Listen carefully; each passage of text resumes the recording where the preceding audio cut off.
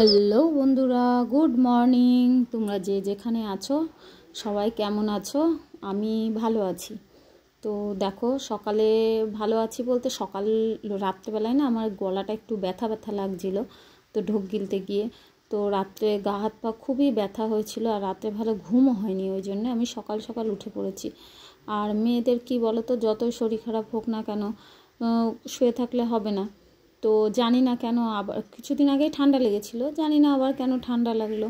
তো হয়তো ঘর বাড়ি ঝেড়েছি, তো ঝুল ঝুল নাকে গিয়ে হয়তো ঠান্ডাটা লেগেছে। আর সেদিন প্রচণ্ডই গরম লেগেছিল, ওই জন্যও হতে পারে, জানি না কিসের জন্য আবার হট করে ঠান্ডা লেগে জ্বর জ্বর ভাব, গা হাত পা ব্যথা এইগুলো হয়েছে। যাই হোক, তোমাদের দাদাভাই ওষুধ এনে দিয়েছে, খেয়ে একটু কমেছে। তারপরে দেখো, আমি ফুল তুলে পুজোর বাসন মেজে ঘর ঝাড় দিয়ে সমস্ত কাজগুলো টুকটুক করে নিলাম। করে আবার রান্নাবান্না ওইদিকে যেতে হবে, কারণ তোমার দাদাভাই ছেলে মেয়ে সবারই আজকে স্কুল আছে, ওই জন্য ঝটপট করে কাজগুলো করে নিতে হবে।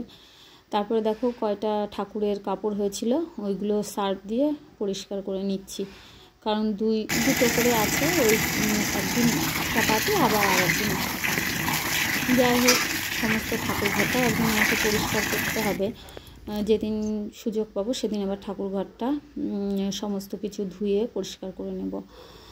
তারপরে দেখো, আমি পুজোর বাসনগুলো ধুয়ে এখানে উপর করে দিচ্ছি জল ঝরার জন্যে।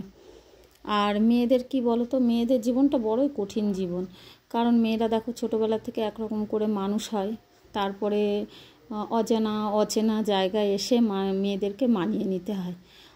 মানুষগুলো তো অচেনা হয়, কিন্তু তাদের সঙ্গে থাকতে থাকতে থাকতে থাকতে একটা সময়ের পরে না তারাই আপন হয়ে যায়। মেয়েদের কিন্তু খুব মানে সহ্য করার ক্ষমতা যাকে বলে, সব কিছু মানিয়ে নেওয়ারও ক্ষমতা। তো যাই হোক, এইভাবেই মেয়েদের জীবন, কিছু করার নেই, মানিয়ে নিতেই হবে, থাকতেই হবে। একটা পরিবেশে এসে তাদের রান্না বান্না সমস্ত কিছুই আলাদা হয়। তারপরে দেখো, যাই হোক বন্ধুরা, চলো, তোমাদের দাদাভাই দেখো মাছ নিয়ে এসছে, ভেটকি মাছ। তো এই মাছটাই রান্না করব। আর দেখো, এদিকে মেয়েও স্কুলে নিয়ে যাবে খাবার, সে টিফিন। আর মেয়ে দেখো ঘুম থেকে উঠেই আজকে কুকুরকে খাবার দেওয়া শুরু করেছিল। তারপরে দেখো, আমি মাছটা ভেজে মাছের ঝোল করে নেব। পেঁয়াজ কেটে নিচ্ছি মাছের জন্য একটু। তো তারপরে দেখো, এই মাছগুলো দিয়ে আলুগুলো দিয়ে আর পেঁয়াজটা দিয়ে একটু মাখো মাখো করে আজকে ঝোল করবে। এই মাছটা খুব একটা খাওয়া হয় না, তো দেখি কেমন খেতে লাগে। আর আমার রান্না তোমাদের দাদাভাইয়ের বলে ভালোই লাগে, একদিন খারাপ হয়ে যায়, তো সেদিন বলে না ভালো হয়নি। মেয়েরা কিন্তু চেষ্টা করে তাদের রান্নাটা ভালো করার জন্যে, কিন্তু একদিন খারাপ হয়েই যায়। আর রান্না করতে আমার বেশ ভালোই লাগে, কিন্তু রেগুলার কি বলো তো বন্ধুরা, রেগুলার না করতে করতে করতে করতে মনে হয় একদিন যদি একটু রেস্ট পেতাম ভালো হতো, কিন্তু হয় না, একা মানুষ যেহেতু। আর তেমন কোথাও আমি ঘুরতেও যাই না, ঘোরার জায়গা আছে কিন্তু ছেলে মেয়ে পড়াশোনার জন্য না আর কোথাও যাওয়া হয়ে ওঠে না। যাই হোক, দেখো আমার মশলাটা কষানো হয়ে গেছে, এবার আলুগুলো দিয়ে ঝোল, দেখো জল দিয়ে দিয়েছি, ঝোলটা ফুটছে। তারপরে আমি ঝোলটা একটু গরম মশলা দিয়ে নামিয়ে নিলাম। আর আজকে বেশি কিছু রান্না করিনি, সিদ্ধ দিয়েছিলাম একটু পেঁপে আলু, আর এদিকে একটু আলু পটল চচ্চড়ি আর মাছের ঝোল। যাই হোক, পরে দেখো যে কটা বাসন বেরিয়েছিল আমি বেসিনেই ধুয়ে নিলাম, আর হাঁড়ি কড়া এগুলো কলপারে নামিয়ে দেবো, কাজের মাসি এসে মেজে দেবে। দেখো, টুকটুক করে আমি সমস্ত কাজগুলোই চলো করে নিই, বাসনগুলো মেজে বেসিনটাও একবারে এক হাতেই মেজে ফেলবো। আবার মেয়ে স্কুলে যাবে, ওইদিকে মেয়েকেও রেডি করতে হবে। মেয়েকে স্নান করিয়ে দিয়েছি, এবার মেয়েকে একটু ভাত খাইয়ে দেবো। এখন না ওকে আর পেস্ট করে খাওয়াই না, এখন এমনি গোটাই খাওয়াই, পেস্ট করে না, আর বন্ধু খেতে চায় না ও। যাই হোক, দেখো তোমাদের দাদাভাই আবার এদিকে পুজো দিয়ে নিচ্ছে, কারণ তোমাদের দাদাভাই আগে স্নান করে, ওই জন্যে ঠাকুরকে না দিয়ে না খেতে চায় না, বলে ঠাকুরকে দিয়ে নিই তারপরে ভাত খাবো। তারপরে দেখো, আমাদের মিস্ত্রি লেগেছে, একটু কাজ করাচ্ছি বাড়িতেই, তা মিস্ত্রি দাদাদের জন্য একটু চা করে নিলাম।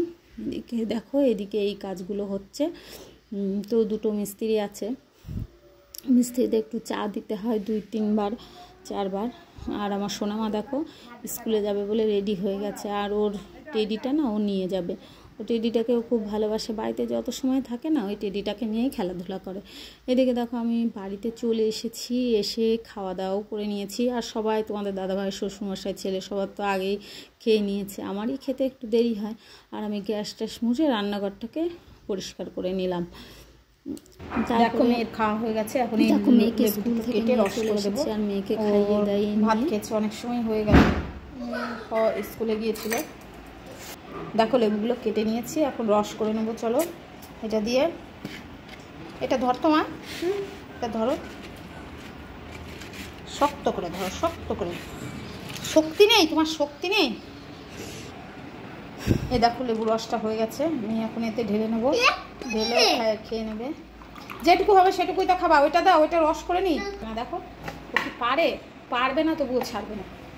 দেখো চেষ্টা চালিয়ে যাবে, তিতো হয়ে যাবে, খাওয়া যাবে না, বেশ হবে।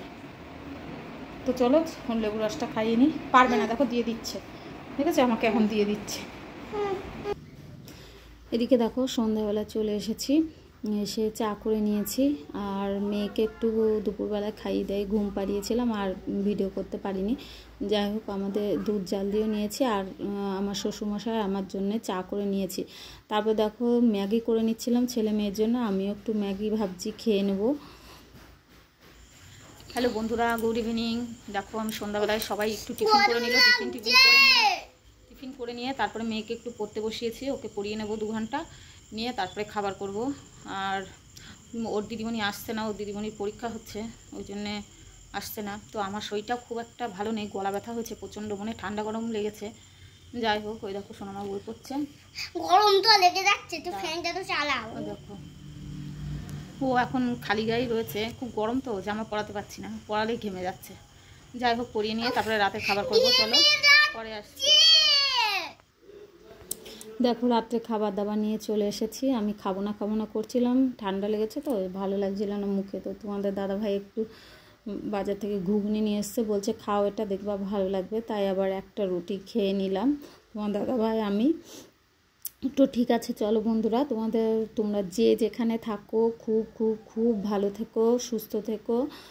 আর আমার ভিডিওটা যদি তোমাদের ভালো লেগে থাকে তো শেষ পর্যন্ত দেখো, আর লাইক কমেন্ট শেয়ার করে দিও প্লিজ প্লিজ প্লিজ। আমার পাশে থেকো, আমাকে সাপোর্ট করো। ঠিক আছে বন্ধুরা, তোমরাও খেয়ে দিয়ে ঘুমিয়ে পড়ো। শুভরাত্রি।